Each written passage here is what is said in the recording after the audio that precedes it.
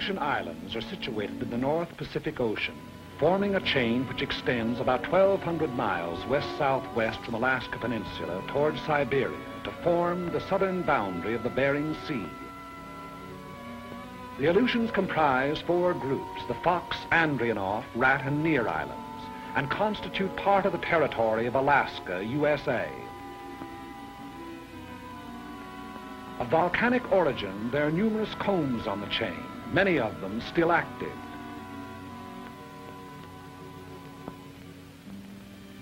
The coasts are rocky and surf-worn, rising immediately from the water in steep, bold mountains.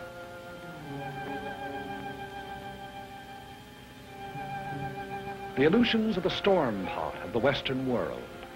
A permanent low-pressure area prevails there.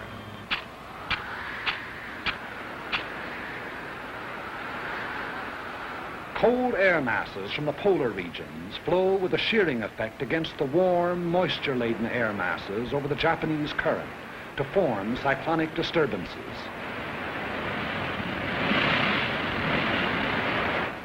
Because of the Earth's rotation, these disturbances move from west to east, and this meteorological phenomenon constitutes one of the most dangerous weapons in the arsenal of our enemies, for it enables the Japanese to operate behind the moving curtain of a storm.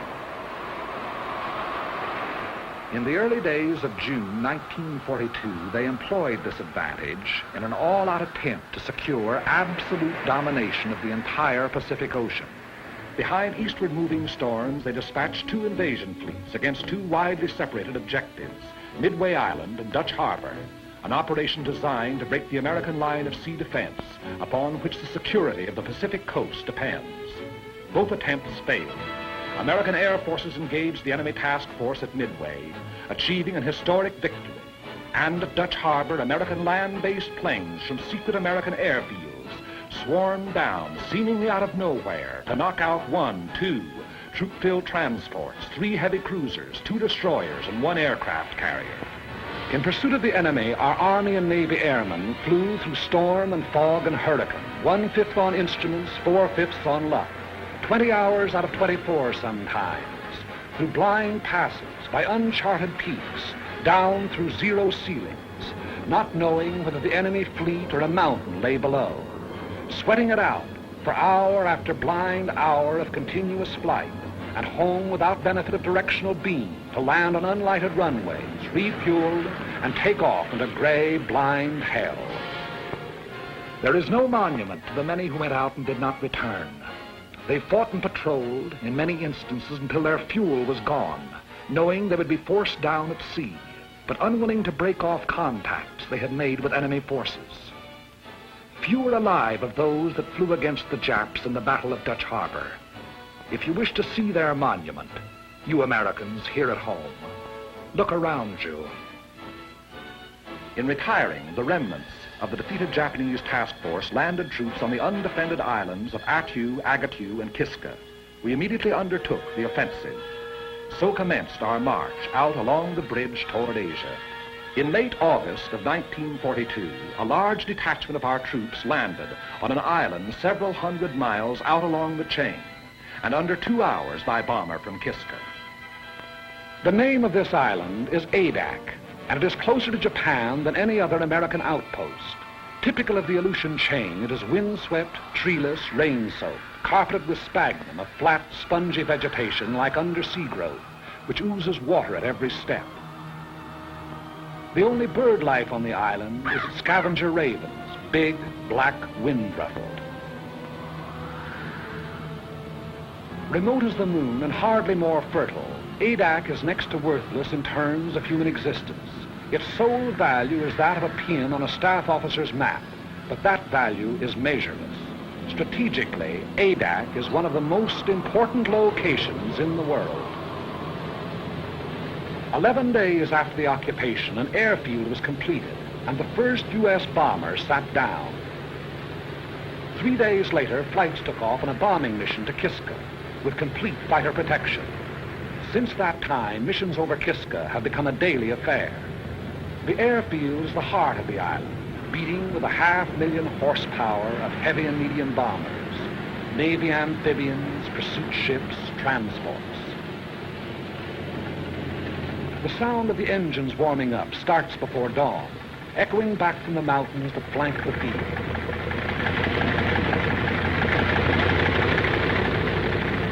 Every day, weather permitting, the bombers take off on at least one mission.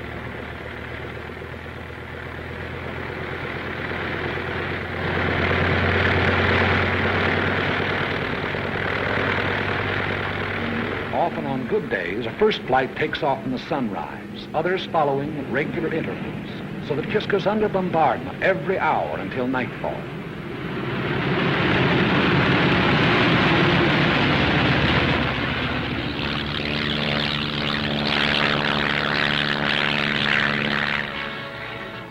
Equal in importance to the airfield, and without which the airfield could not exist, is Adak's excellent harbor. Landlocked on three sides with a natural island breakwater, it enables heavy draft vessels to come inshore and unload by lighter under almost any weather conditions. If the airfield is the heart of Adak, the harbor is its hungry mouth.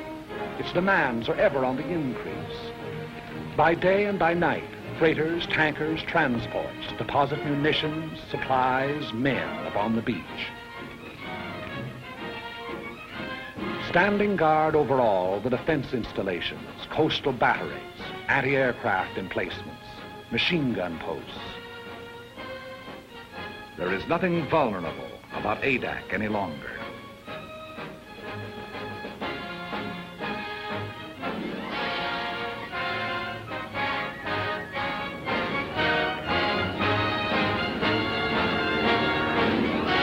The skies are constantly circled by aerial patrols and never-ending relays.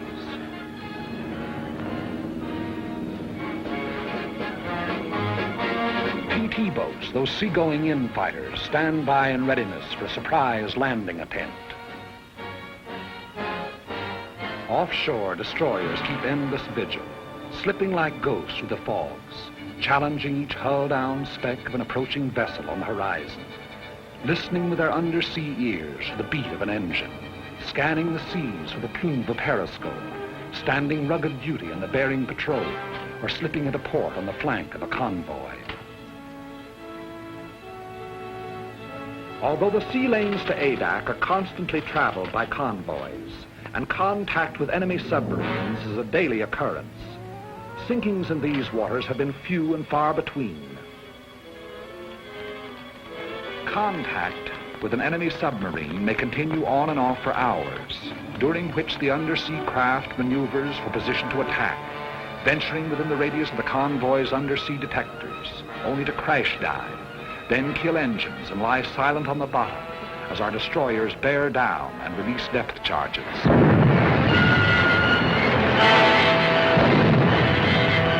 Our destroyers and Navy reconnaissance have held the undersea enemy well in check. The flow of men, munitions, and supplies flows ceaselessly on. The gigantic task of furnishing every American expeditionary force with the materials needed in carrying the fight to the enemy falls to the Army Service Forces. ASF is the bloodstream of our whole military body, maintaining its every organ and muscle.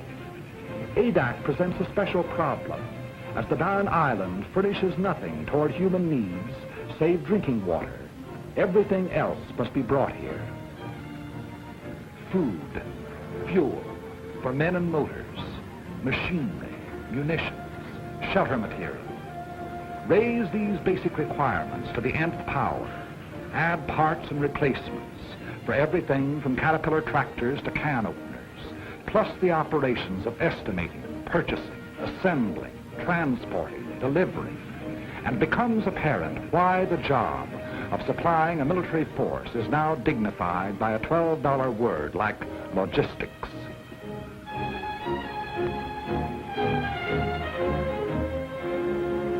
Since the original landing, the manpower of Adak has been constantly augmented. Where before it was hundreds, now it is thousands. Troops arrive after a voyage that may take anywhere from a week to a month, depending on the sea route. But it took more than a single month to land them here.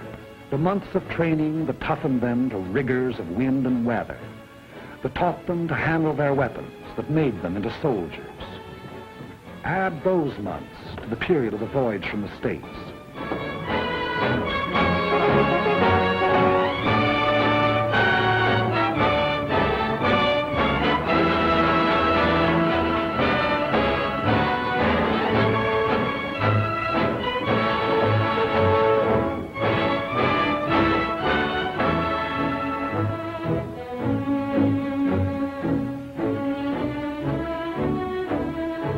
On Adak, down-eastern accents mixed with Texas drawls and Middle Western twangs and Brooklynese. Bookkeepers, grocery clerks, college men, and dirt farmers.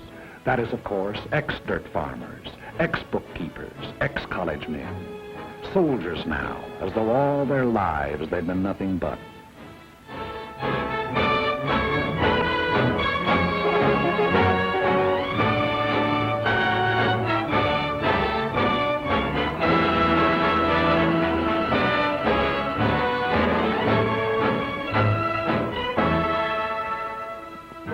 Orders for the day, special orders and news, appear on the bulletin board. Since newspapers and magazines are usually from a month to 3 months out of date, these radioed news flashes are the only means by which the soldier knows what's going on outside. No fresh meat, no green vegetables, powdered eggs, tinned bully beef, potatoes, canned tomatoes, peanut butter, canned fruit, and coffee make up the basic diet.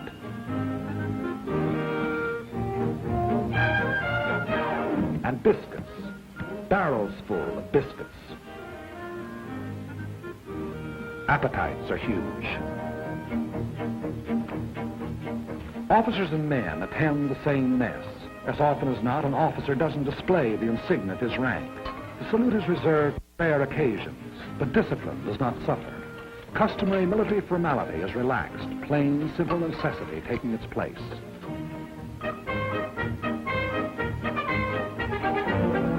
After months in an outpost like Adak, there is a tendency on the part of the soldier to think and live only in terms of the present.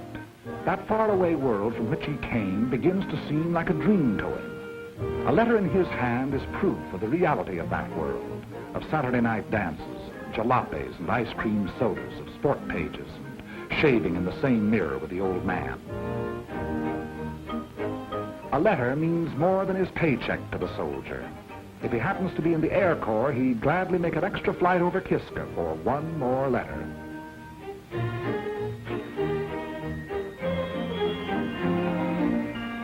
No moving pictures, no stage door canteens or USO, no girls, pretty or otherwise. Nothing to drink, not even a Coke. Candy bars, cigarettes, and chewing gum are rationed, but you never hear any belly aching. The extraordinary fact is that morale actually gets stronger the closer troops come to the enemy. On Adak proper, morale is first rate.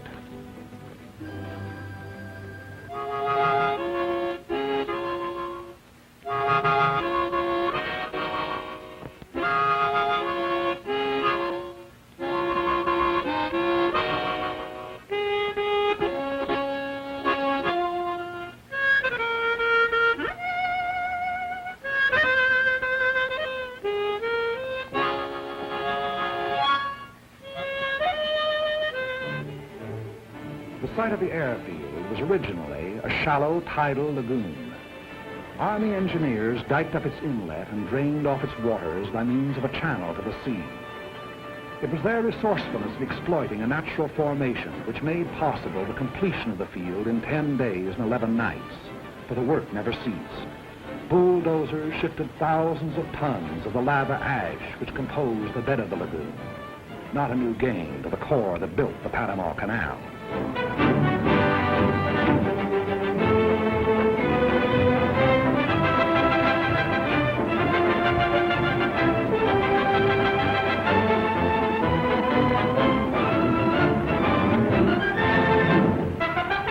As the waters receded, grading crews followed, leveling and impacting the area in preparation for the final surface.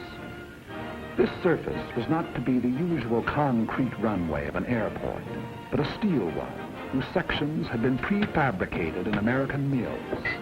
It was put down by the infantry, of course, in 36 hours.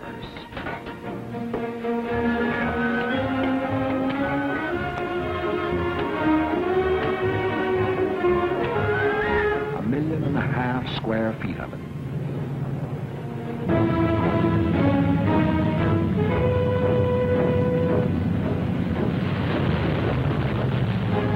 From then on, only the severest weather kept our planes grounded. Local storms materialize, deluge the island, and pass on or dissipate, all within a few short minutes. It's a land of cloudbursts and rainbows. If you don't like the weather, wait a minute, the soldier says. Everything the weatherman has to offer may be had in a single day. Downpours, hurricane winds, hail, snow, fog, sleet, and sunshine. It is not so much bad weather as changing weather that makes flying hazardous to the uninitiated there. A new pilot must learn to side-slip through local squalls and sit her down in a field rimmed by mountains and under a half-foot of water.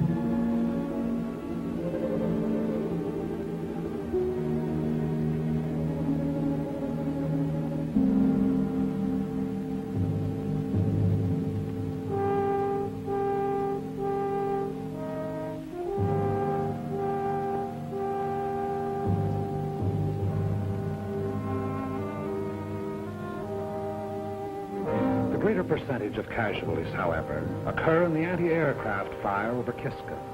As a rule, our bombers make it back, but often they are sorely crippled and wounded or dead aboard.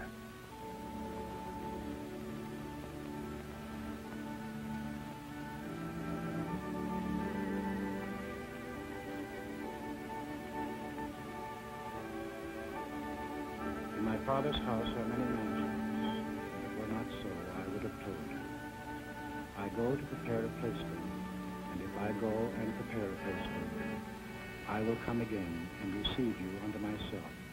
And where I am, there ye may be also. And whither I go, ye know, and the way ye know.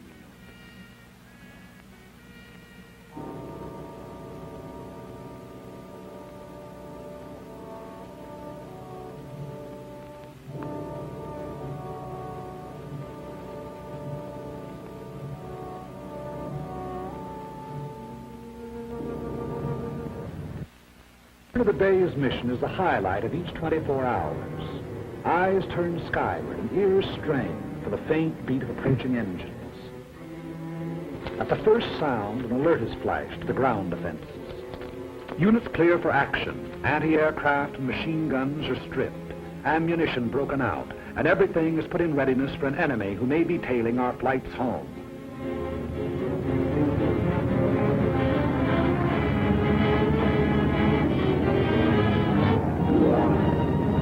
Bombers went out, and 6 are coming back.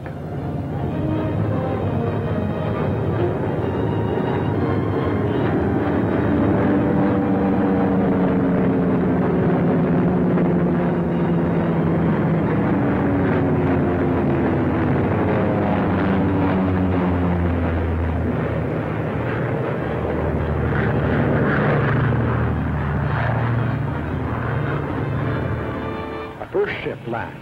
The remainder circle the field, another coming to Earth each time around. Those damaged or with wounded aboard taking priority. It's a revelation how much punishment one of these big bombers can take and still navigate.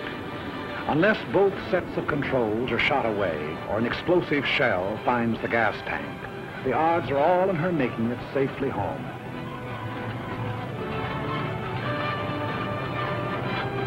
Anyone who's been over will tell you that the most wonderful ride in the world is the ride back from Kiska.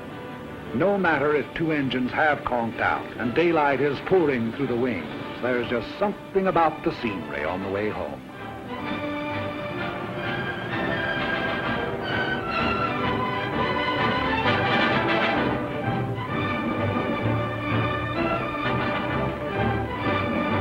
Crews proceed to the field operations tent of the Bomber Command, where they will be questioned as to results and observations.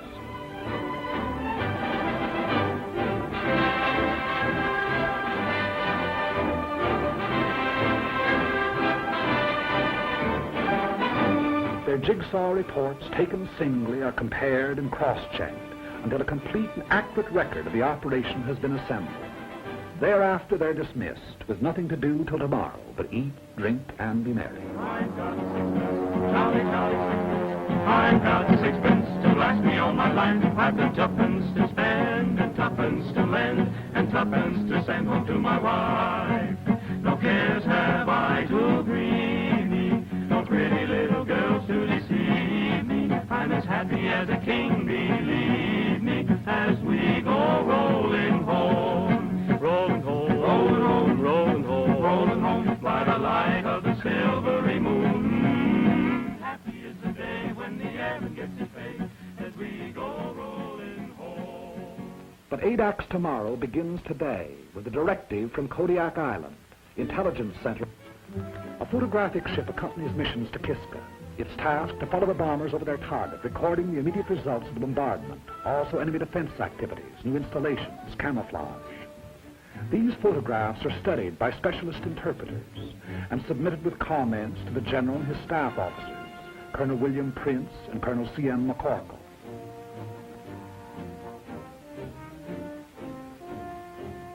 Here is Kiska, her camp area, with its steel huts, her hangars, her underground railway, her gun installations. Kiska, one of the hottest spots on the earth, or above. The main objectives in any mission from ADAC are the destruction of enemy shipping en route to Kiska, destruction of installations on the island, harassing of enemy personnel. When the broader aspects of the operation have been decided upon, the senior officers of the bomber and fighter units work out its details. Among considerations in planning a mission are the type of aircraft to be employed, the weight and type of bombs, the time, altitude, and direction of the attack. All of these are interrelated, a change of one influencing all the others. The overall determining factor is weather. For this reason, the Navy meteorologist plots his charts up to the very time of takeoff. A change of weather at the last moment may mean a complete revision of tomorrow's plans. Tomorrow is Sunday.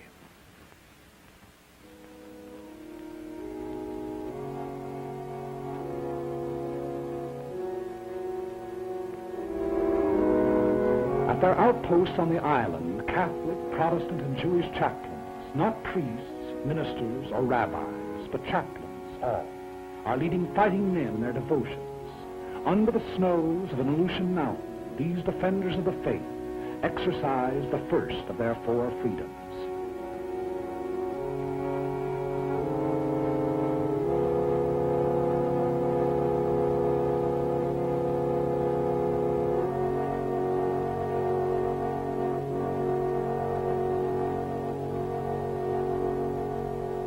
But so far as the business of war is concerned, Sunday on ADAC is like any other day. There's a mission going out at 13 o'clock. Bombs must be brought down to the field from their camouflage dumps.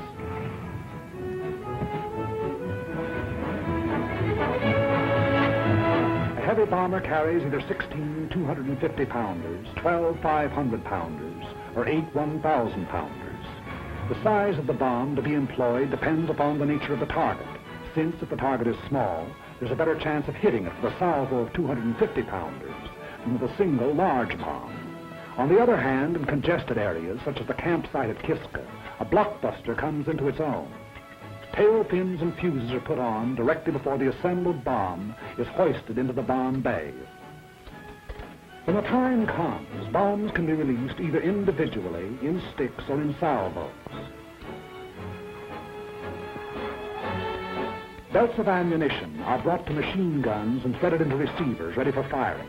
The rounds are put onto the belts in successions of threes: red-tip tracers, yellow incendiaries, and black regulations.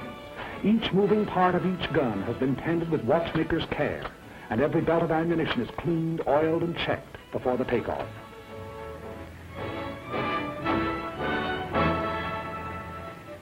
It is 12:40 o'clock, and the pilots who are going to fly the mission receive final instructions.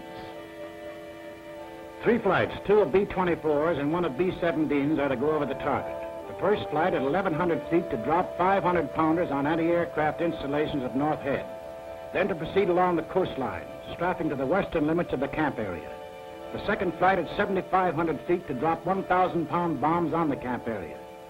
The third flight at 4,500 feet to destroy hangars with 500-pound bombs. Second and third flights to follow at intervals of 45 seconds. 3 fighters to precede each bomber flight at 600 feet, and 3 fighters to afford overhead protection from enemy aircraft.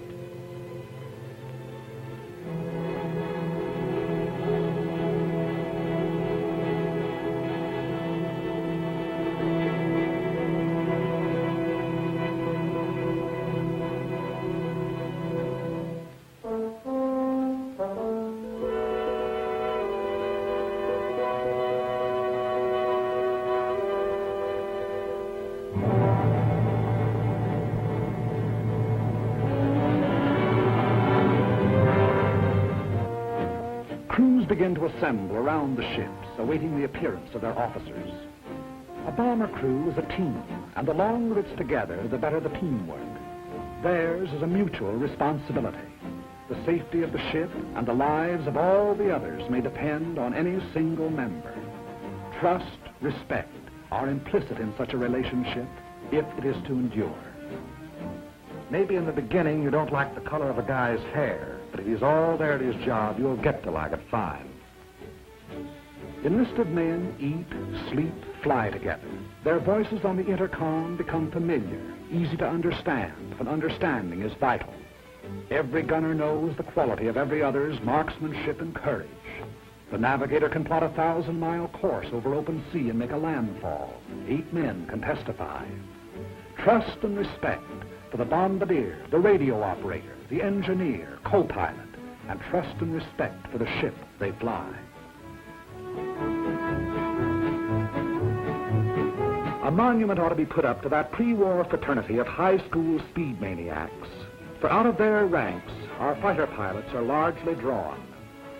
They bring to their hazardous undertakings split-second judgment, inspiration, daring. Lieutenant George I. Riddell, 12 strafing missions over Kiska. Lieutenant Hawley P. Mills, 14 missions.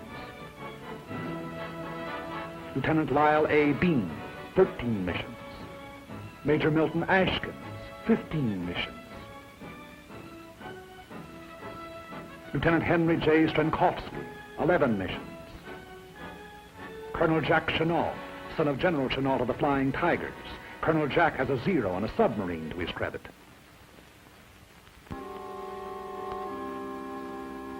A last-minute weather observation is made. The word is given to go. It's good luck and over the hill.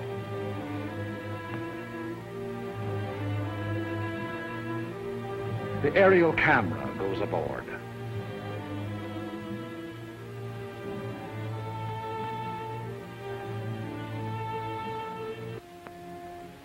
The bomber pilot informs his crew the exact part their ship is to play in the mission. Your bomber pilot is of a different breed to your fighter. Where the fighter is reckless and inspired, the bomber pilot is responsible, determined. Because of the size and imponderability of his ship, there are no last-moment decisions for him.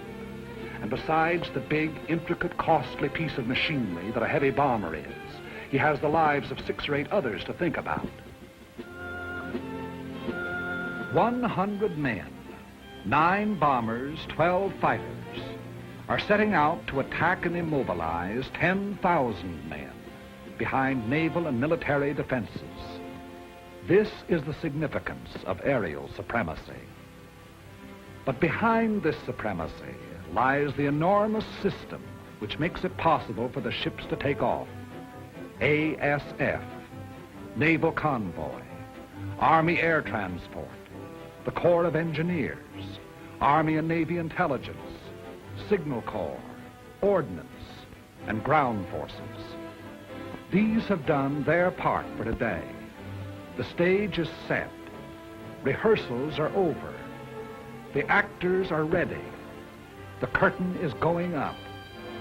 But this is no make-believe drama. They will be playing for keeps.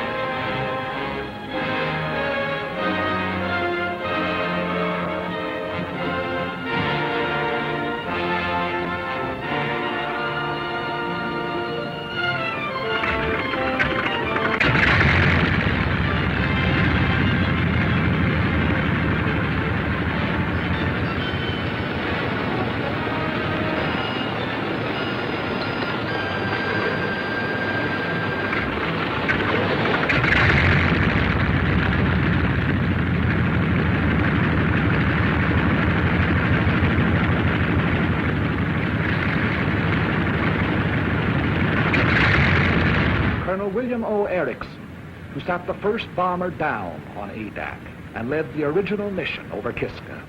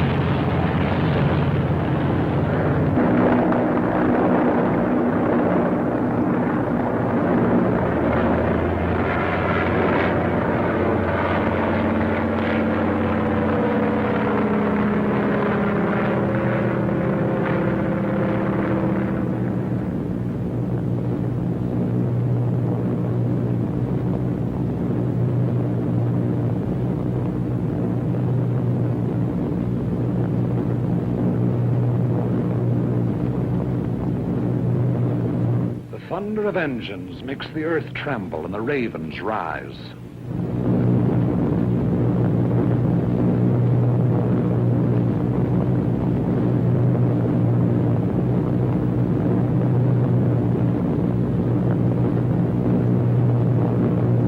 The echelon proceeds toward Kiska. It's about an hour and 3/4 from Adak to Kiska. One of the most hotly defended of enemy-held areas, Kiska is also one of the most strongly fortified. The Japs have dug in like so many moles. An estimated force of 10,000 goes underground at the sound of our approaching engines. We cannot, by air attack, hope to annihilate.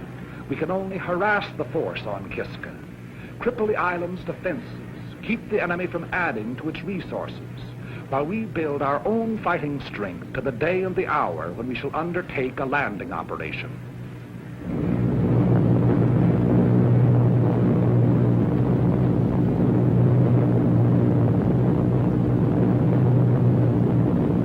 Radio contact is maintained between the bombers and Adak throughout the flight, which proceeds at military speed, 165 miles per hour.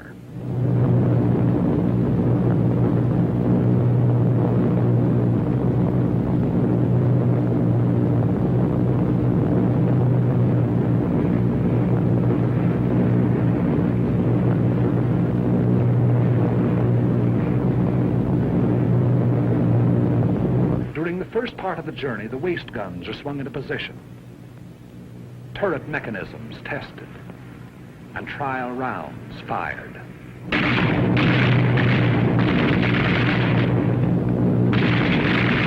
Time moves slowly going out to the target. Crew members have even been known to play stud poker. The route is quite familiar by now. Many pilots and crews have made the flight 25, 30 times.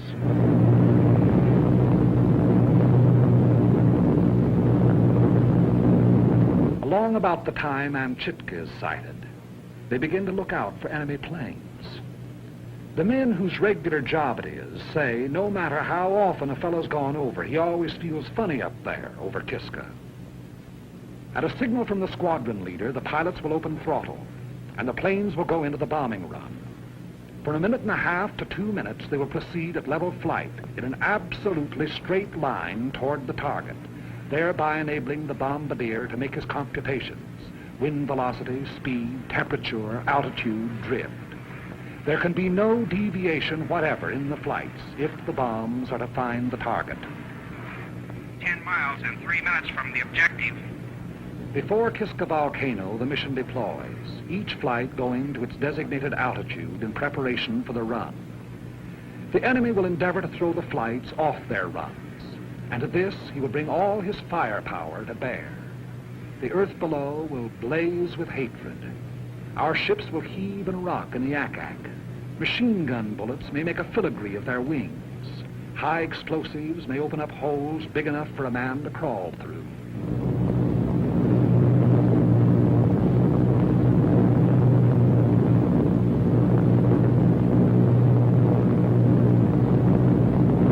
Little Kiska, outer defense of Kiska Harbor.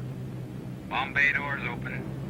Bomb bay doors open. 6 degrees right on course. The object is to hit the target, not to avoid anti-aircraft. Remember this, you're just as liable to run into it as away from it. The best way is to forget what's happening outside and make the run by instruments. That way, if it comes, well, you just look over your shoulder and see a man with a long beard, and you say, "Good morning, Father Abraham."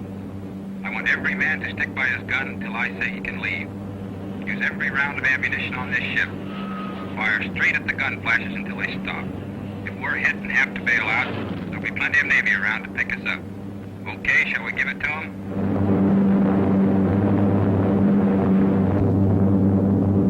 Kiska.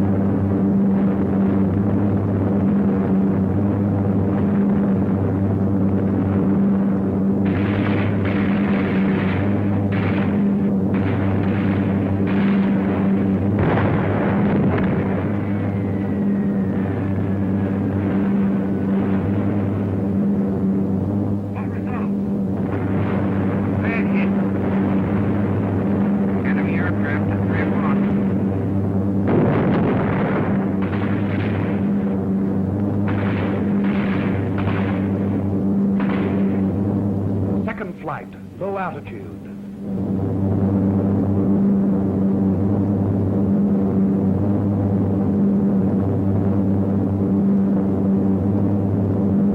Once again over lightly.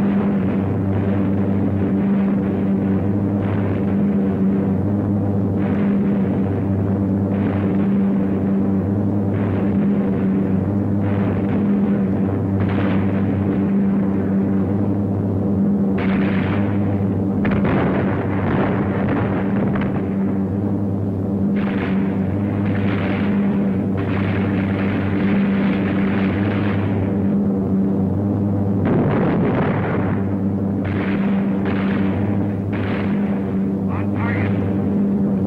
Let him have it.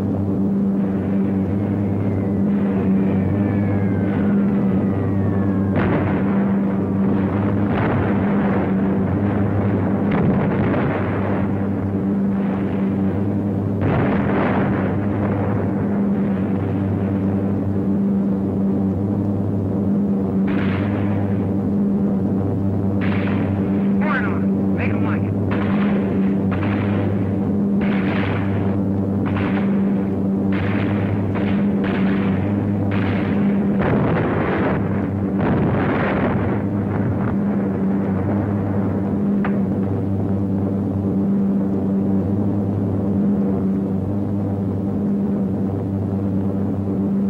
Third flight at 4,500 feet.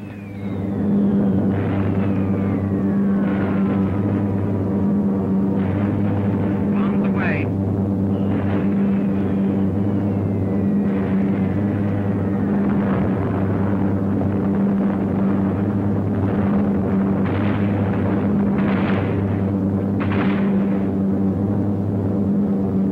Should go.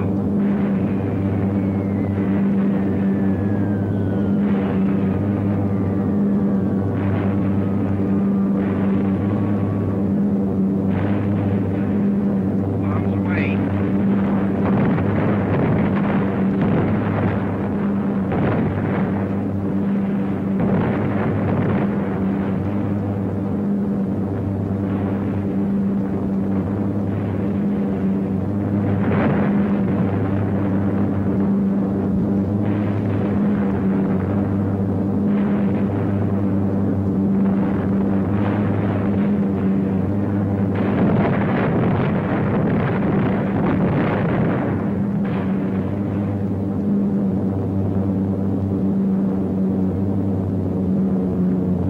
Check in, tail gunner. Okay. Waist gunner. Okay. Radio man. Okay. Talk turret. I got a slug in more, but I'm okay. Belly turret. Okay. Nose. Okay.